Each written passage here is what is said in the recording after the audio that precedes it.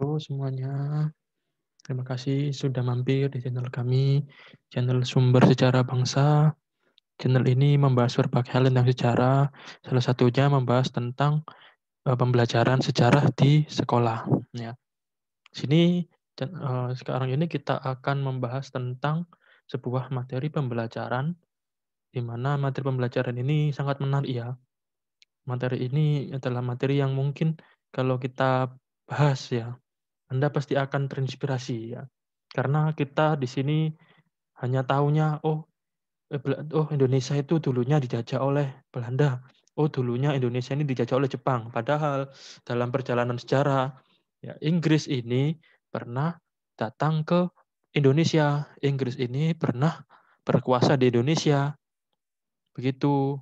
Eh, Jadi untuk lebih jelasnya kita belajar tentang kolonialisme Inggris di Hindia Belanda atau Indonesia zaman dulu.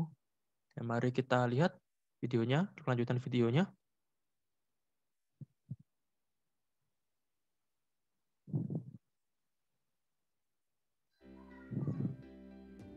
Jadi yang pertama-tama kita akan belajar tentang bagaimana Inggris datang ke Hindia Belanda atau Indonesia zaman dulu. Pertama-tama kita lihat pada tahun 1811 Lord Minto atau penguasa Inggris yang berkedudukan di Kalkuta, India, waktu itu memberikan perintah kepada bawahannya. Waktu itu bawahannya bernama Thomas Stamford Raffles. Kebetulan Thomas Stamford Raffles ini berkuasa di dekat Hindia Belanda atau berkuasa di dekat Indonesia waktu itu. Tepatnya di Penang, Malaya atau sekarang ini disebut Malaysia. Waktu itu Thomas Stamford Raffles ini diminta untuk menguasai Pulau Jawa khususnya. Dan waktu itu Thomas Stamford Raffles ini diminta untuk merebut Pulau Jawa dari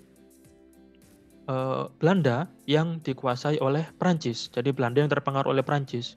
Seperti itu. Setelah itu, pada tanggal 26 Agustus tahun 1811, dengan mengerahkan 60 kapal perang pasukan Inggris di bawah kepemimpinan Thomas Stamford Raffles, yaitu berhasil menduduki kota Batavia, atau sekarang ini kotanya namanya adalah kota Jakarta. Dan di sini dengan membawa 60 kapal perang ini ternyata Thomas Stamford Raffles ini sudah berhasil menduduki Batavia waktu itu. Dan Batavia ini merupakan salah satu pusat dari negeri Hindia Belanda.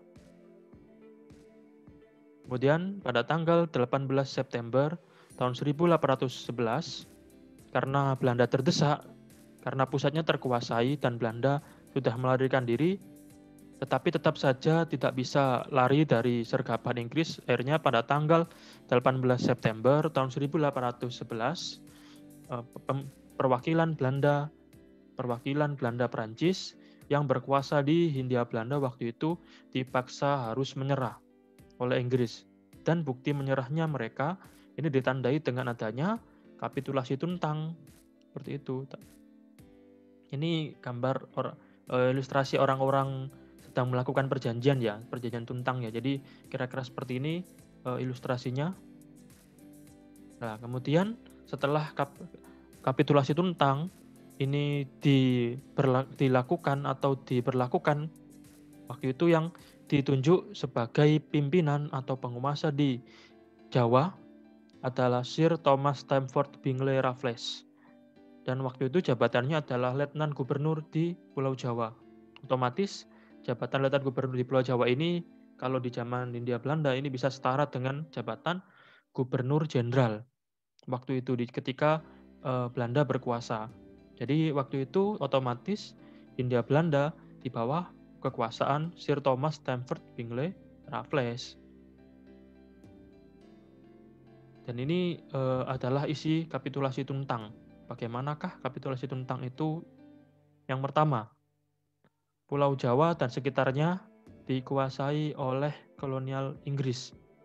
Jadi otomatis waktu itu karena Jawa merupakan pusatnya dan juga Belanda Prancis menyerah waktu itu, Akhirnya Jawa ini dikuasai oleh Inggris. Kemudian tentara-tentara Belanda, Prancis yang waktu itu mereka ini menyerah, ya mereka akhirnya ditawan, dijadikan tawanan. Jadi kira-kira seperti ini gambar tawanannya. Jadi mereka ini berbaris-baris, kemudian dijaga ketat oleh penjaga bersenjata. Jadi mereka ini orang-orang Belanda Prancis ya, itu dijadikan tawanan oleh pihak tentara Inggris. Ini berdasarkan isi kapitulasi Tuntang yang kedua. Terus yang ketiga, bila mana orang-orang Belanda, Prancis, yang mereka ini bisa diajak kerjasama, bisa diajak kolaborasi oleh Inggris, ya maka mereka ini bisa diangkat sebagai pegawai pemerintah kolonialis Inggris di Jawa waktu itu. Jadi orang-orang Belanda yang menentang, orang sipilnya ya khususnya, mereka ini tidak mendapatkan apa-apa, malah ditempatkan di pos-pos di camp-camp ya. Sedangkan kalau prajuritnya jelas mereka di penjara. Dan orang-orang sipil yang mau bekerja sama dengan Inggris ya mereka tidak di penjara, mereka tidak ditempatkan di tempat tersembunyi, tetapi mereka ini diberikan kebebasan dan diberikan pekerjaan. Nah terus itu tadi isi dari kapitulasi Tuntang. Dan sekarang kita harus tahu bagaimana kebijakan Thomas Stamford Raffles ya. Jadi kebijakan dari Thomas Stamford Raffles ini kebijakan yang nantinya berlaku sampai tahun 1954, yaitu sampai Indonesia merdeka. Jadi kebijakan di bidang pemerintahan yang pertama, Raffles ini menjadikan Pulau Jawa atau membagi Pulau Jawa menjadi 16 keresidenan. Apa saja keresidenannya? Kita lihat di gambar ini. Kita coba dari sebelah barat dulu. Yaitu yang pertama ada keresidenan Banten dengan ibu kotanya Serang. Terus ada keresidenan Jakarta atau Batavia, ibu kotanya Jakarta, Batavia. Terus ada lagi keresidenan Priangan dengan ibu kota Bandung. Ada lagi keresidenan Cirebon dengan ibu kota Cirebon. Terus ada keresidenan Pekalongan, ibu kotanya Pekalongan. Keresidenan Banyumas dengan ibu kotanya Banyumas. Keresidenan Kedu, ibu kotanya di Magelang. Keresidenan Semarang, ibu kotanya di Semarang. Keresidenan Surakarta, ibu kotanya di Surakarta. Keresidenan Yogyakarta, ibu kotanya di Yogyakarta. Terus ada lagi keresidenan Rembang, ibu kotanya di Rembang. Ada keresidenan Madiun, ibu kotanya di Madiun. Ada keresidenan Surabaya atau Surabaya. Waktu itu ibu kotanya Surabaya. Terus ada keresidenan Kediri, ibu kotanya Kediri. Terus Pasuruan, ibu kotanya Pasuruan, dan Besuki itu ibu kotanya Bondowoso, seperti itu. Terus Madura ini kan bukan termasuk Pulau Jawa kan. Jadi kalau misalkan dengan Madura jadi 17 keresidenan. Sedangkan di Pulau Jawa saja itu ada 16 keresidenan. Itu sampai setelah merdeka. Kemudian yang kedua kebijakannya, sistem dinasti para bupati pribumi dihapuskan. Sistem dinasti seperti apa? Ya seperti kita tahu ada kerajaan-kerajaan. Jadi dulunya untuk menjadi bupati itu seperti seorang raja. Jadi yang bisa menjadi bupati adalah turunan dari bupati yang pertama. Jadi entah itu anaknya, entah itu cucunya, atau sebagainya. Jadi sistem dinasti. Ketika Raffles berkuasa waktu itu, yang menjadi bupati tidak harus keturunan bupati sebelumnya, tapi orang-orang yang cakap, orang-orang yang dianggap mampu, itu bisa menjadi seorang bupati waktu itu. Jadi sistem dinasti, sistem keturunan untuk berkuasa ini dihapuskan dalam jabatan bupati di Indonesia atau Hindia Belanda waktu itu.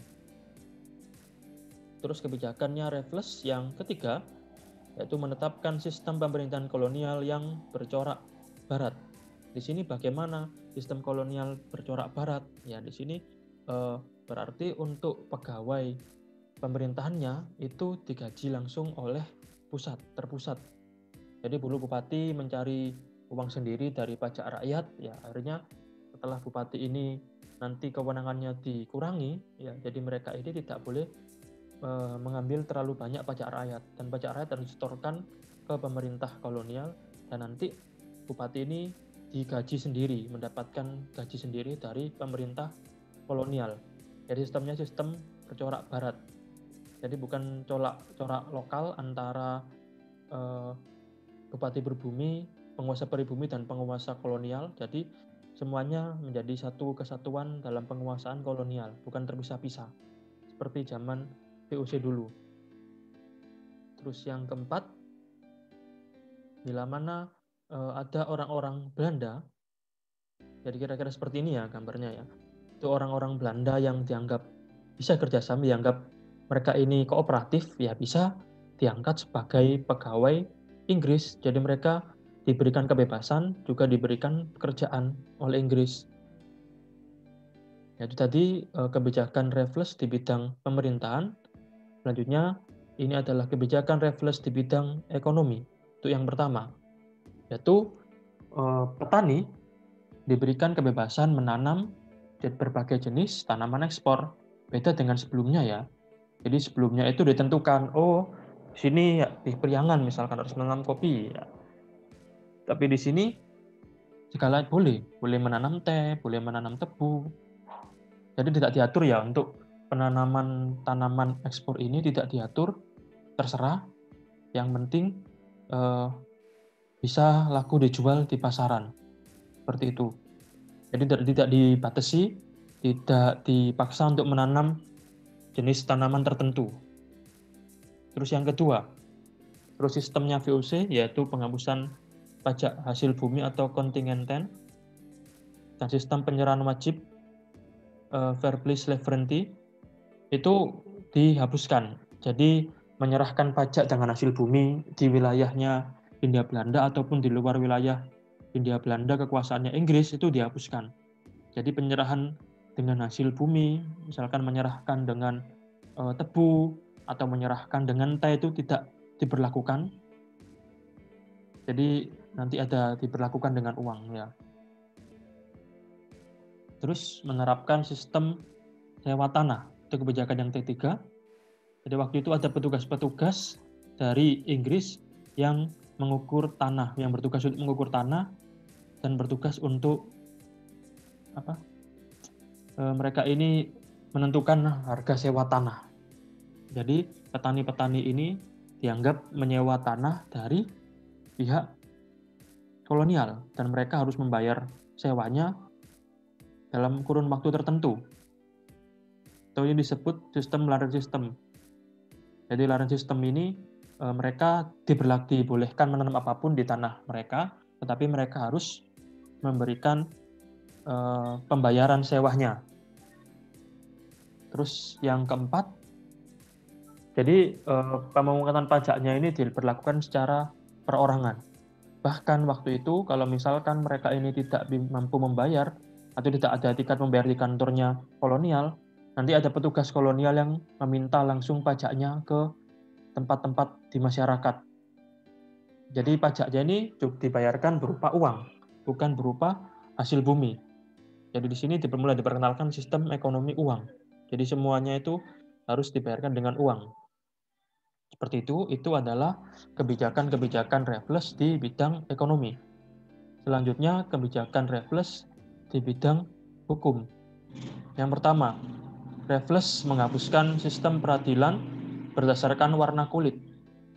Jadi misalkan dulunya ketika masanya Daedalus, jadi ya kalau orang kulit putih, orang-orang Eropa, atau orang-orang kulit kuning, orang-orang Asia Timur, dan orang pribumi yang berkulit coklat, itu dibeda-bedakan dalam pengadilannya. Sedangkan ketika Raffles berkuasa, ini dihapus, dilebur. Semuanya itu dalam satu peradilan. Dan untuk peradilannya Raffles ini dianggap lebih adil karena ini berdasarkan kesalahan. Jadi meskipun orang kulit putih, kalau kesalahannya besar ya hukumannya berat. Kalau dulu kan beda kan, tergantung rasnya. Kalau sekarang ini lebih adil. Kalau ketika zamannya Raffles ini lebih adil. Terus selanjutnya menetapkan sistem peradilan juri atau sistem juri. Jadi sistem juri itu seperti apa? Kita lihat di gambar. Ini terdakwanya, ini nanti diadili, dan yang memutuskan ini bukan hanya satu orang hakim, tapi juri yang terdiri dari beberapa orang. Jadi untuk menentukan kesalahan, menentukan hukuman seorang terdakwa, ini ditentukan oleh banyak orang. Makanya ini disebut sistem juri. Dan seperti di gambar ini bisa Anda lihat, sebelahnya hakim itu ada banyak orang, dan itu adalah jurinya. Seperti itu. Dan ini adalah orang pribumi yang didakwa atau akan dihukum. Terus yang ketiga, jadi Raffles ini membagi kantor-kantor hukum atau peradilan-peradilan berdasarkan tingkatannya ya. Jadi ada misalkan Court of Justice itu berada di setiap keresidenan atau jadi satu residen. Misalkan tadi Keresidenan Priangan atau Keresidenan Surabaya, jadi mencakup banyak kota. Terus ada lagi Court of Request, terdapat di setiap divisi. Terus juga Police of Magistrate atau Badan Penegak Hukum. Jadi di sini ada tingkatan-tingkatannya ya. Kalau divisi itu di wilayah kota atau kabupaten masing-masing. Tadi kebijakan Raffles di bidang hukum, terus ada lagi kebijakannya Raffles di bidang sosial. Yang pertama, Raffles ini karena dianggap orang yang tidak kejam, jadi lebih dianggap manusiawi, makanya waktu itu Raffles ini mencoba menghapuskan perbudakan, praktek perbudakan. Jadi jual beli manusia, jual beli budak ini dihapuskan ketika masa Raffles. Itu kebijakannya yang digalakkan waktu Raffles berkuasa. Meskipun di bawahnya ini tetap masih ada praktek perbudakan ya, tapi Raffles ini menentang praktek perbudakan. Terus juga kerja paksa atau kerja rodi yang dulu diberlakukan ketika masa VOC atau masanya Daendels ini tidak diberlakukan oleh Raffles karena kerja rodi ini dianggap tidak menguntungkan bagi mereka. Jadi lebih baik mereka bekerja di ladang mereka sendiri, terus kemudian menghasilkan uang, dan uangnya itu dinikmati oleh kolonial. Bukan mereka dipaksa untuk kerja paksa, kerja rodi untuk membangun fasilitas pemerintah. Itu tidak diberlakukan ketika masanya Raffles. Terus yang ketiga, jadi waktu itu para sultan, para penguasa pribumi, misalnya bupati, waktu itu ketika menghukum musuhnya atau menghukum seseorang, waktu itu mereka menghukumnya meletakkan terdakwa ke dalam kandang harimau. Kemudian diminta terdakwanya untuk melawan harimau. Ya pastinya pasti meninggalnya ya, lawannya saja harimau. Jadi Pin Beng ini merupakan hukuman yang sangat kejam. Jadi waktu Raffles berkuasa, hukuman Pin Beng ini yang biasa diberlakukan di Indonesia, di Hindia Belanda, khususnya yang dilakukan oleh para penguasa lokal, ini dihapuskan karena dianggap oleh Raffles terlalu kejam. Seperti itu. Tadi kebijakan di bidang sosial, terus sekarang ini kebijakan di bidang kebudayaan.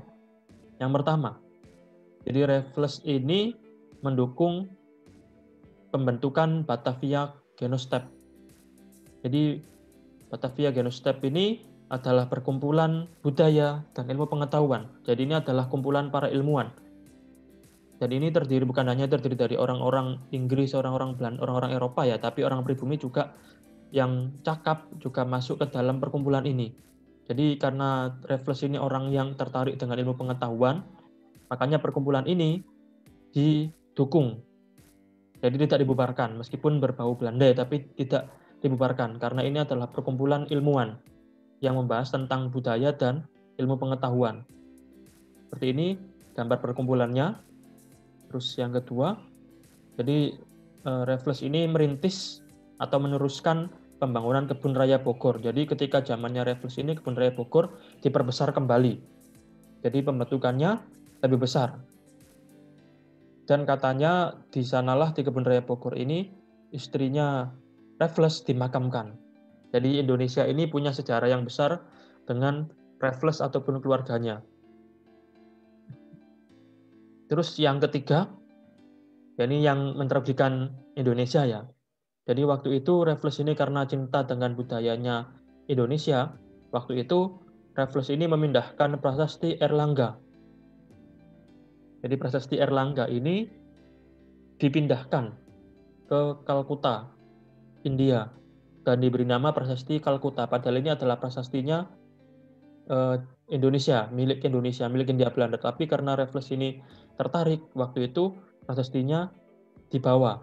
Dan bukan hanya ini saja, tetapi ada beberapa pusaka-pusaka keraton yang ketika Raffles ini menguasai keraton, yaitu disimpan oleh Raffles. Karena Raffles menganggap orang-orang Indonesia ini tidak bisa menjaga harta-harta berharga, sehingga mereka yang menjaga. Seperti itu. Jadi ada yang dibawa ke Kalkuta, ada yang dibawa ke Inggris. Makanya baru-baru ini kan ada orang-orang Inggris yang mengembalikan manuskrip-manuskrip catatan-catatan Jawa kuna. Jadi itu dijaga oleh mereka dan dikembalikan meskipun hanya berupa filenya saja ya, tapi bukan bentuk aslinya karena orang-orang Inggris tidak percaya dengan orang Indonesia dalam mengelola kearsipan. Seperti itu. Terus itu tadi kebijakan di bidang budaya. Sekarang ini adalah kebijakan Raffles. Maaf, bukan kebijakan ya, tapi prestasinya, pencapaiannya. Jadi Raffles ini dalam memerintah India atau Indonesia dulu, Raffles ini mengalami atau mendapatkan banyak sekali keuntungan. Jadi mendapatkan banyak sekali pencapaian, prestasi ya waktu itu. Itu menurut kita, menurut orang Indonesia. Dan menurut sudut pandang orang Indonesia, Raffles ini ya juga punya prestasi ya dalam memerintah meskipun sebagai seorang penjajah. Pertama, Raffles ini menjalankan pemerintahan dengan baik. Jadi meskipun Raffles ini hanya diberikan kewenangan terbatas, namanya juga letnan gubernur ya, bukan gubernur jenderal seperti zamannya Belanda dulu. Jadi ya Raffles ini punya beberapa kewenangan yang terbatas. Karena juga Raffles ini hanya dititipi oleh Raja Belanda. Jadi istilahnya Inggris berkuasa ini bukan berkuasa secara penuh ya, tetapi hanya dititipkan oleh Belanda supaya tidak dikuasai oleh Prancis waktu itu. Terus yang kedua, prestasi atau pencapaian Raffles yang kedua, Raffles ini dianggap berhasil mereformasi pertanahan di pemerintahan kolonial Hindia Belanda. Jadi yang dulunya orang-orang Belanda terbiasa dengan penyerahan hasil bumi, tapi ketika masanya Raffles ini kan dirubah menjadi sistem pajak tanah, sehingga tanah-tanah yang digarap oleh petani ataupun digarap oleh perusahaan, yang mereka wajib membayar pajak kepada pemerintah.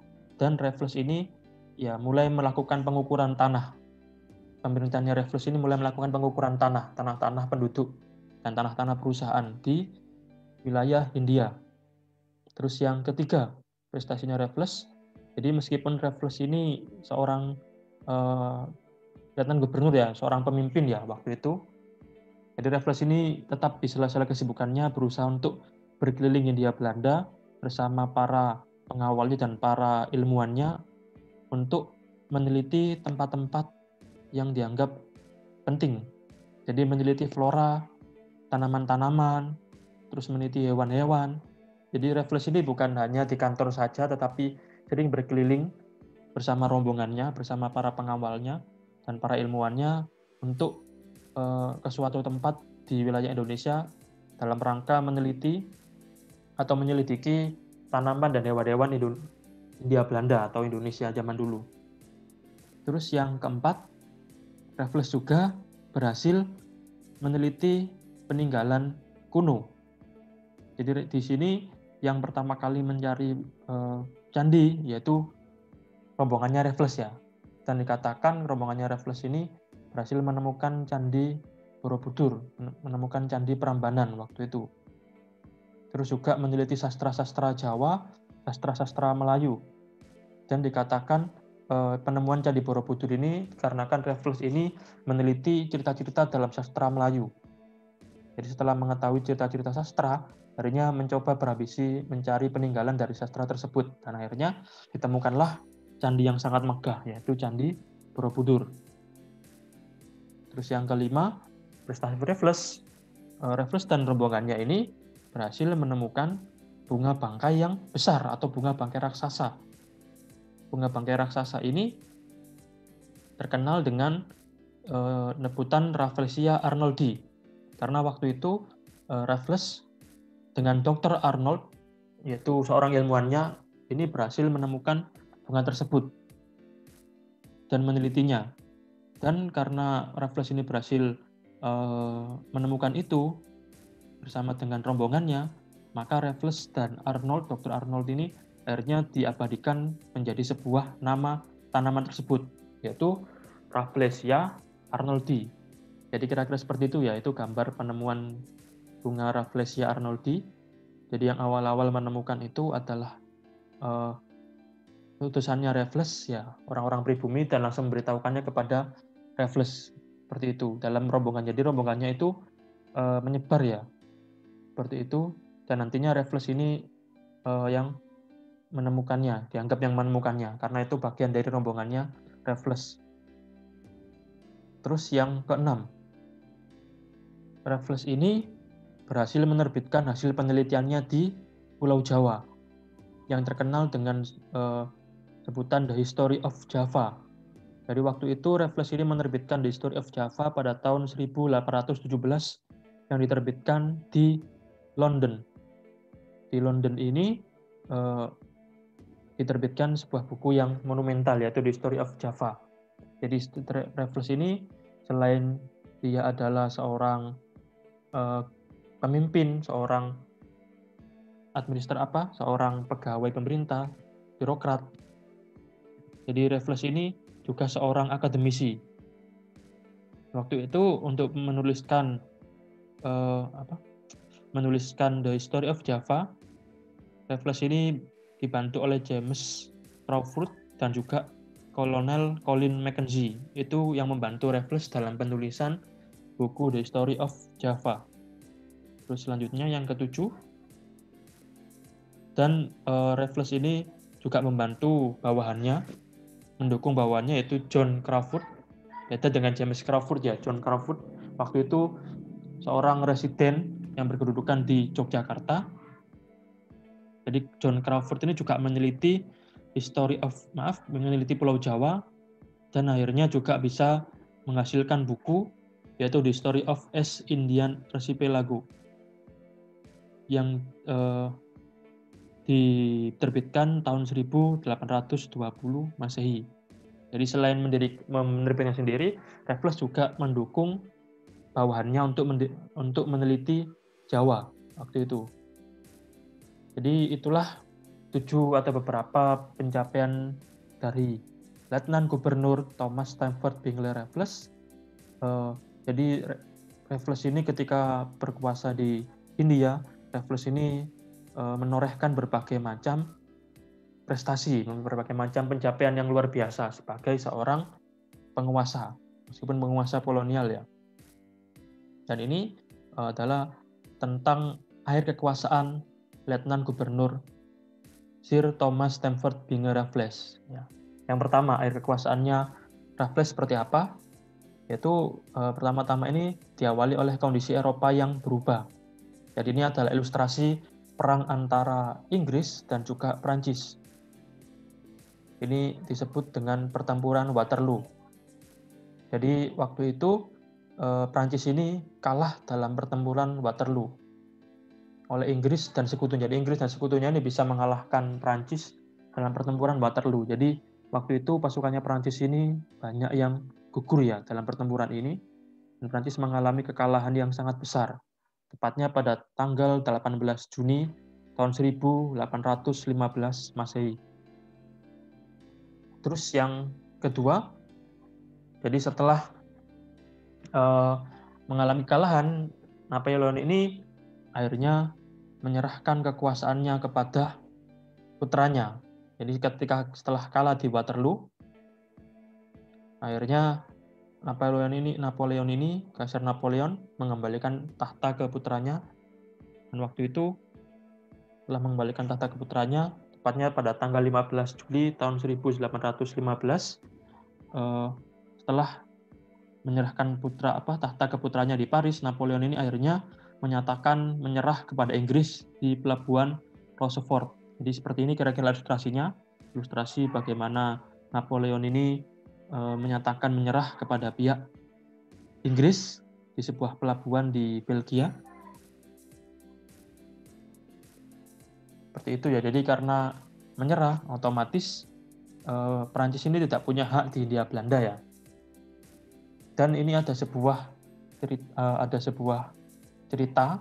Jadi sebelumnya Inggris dan Belanda ini punya sebuah perjanjian ya. Dan ini berdasarkan surat-surat Q yang ditulis oleh Wilhelm V di kota Q, Inggris. Waktu itu ketika nanti Inggris menang, nanti Belanda boleh mengambil kembali wilayah kekuasaannya. Intinya seperti itu. Jadi di sini diadakan sebuah perjanjian. Jadi dalam kancah pertempuran, dalam kancah peperangan dengan Prancis, Inggris ini membuat perjanjian dengan Belanda waktu itu. Jadi seperti ini kira-kira ilustrasi perjanjian antara perwakilan dari Inggris dan juga dari perwakilan dari Belanda. Jadi perjanjian itu dikenal dengan nama Konvensi London atau Convention of London tahun 1814 atau Anglo-Dutch Treaty of 1814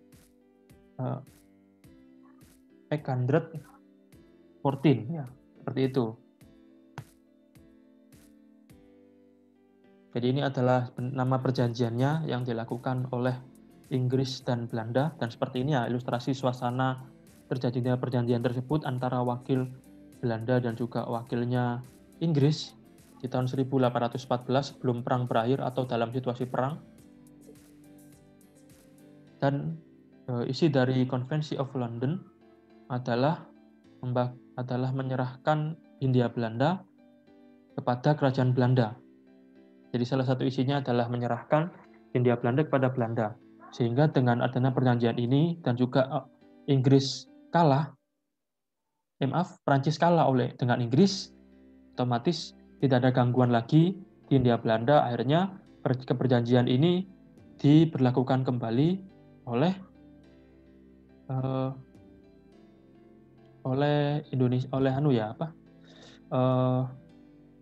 oleh Inggris dan Belanda ya waktu itu.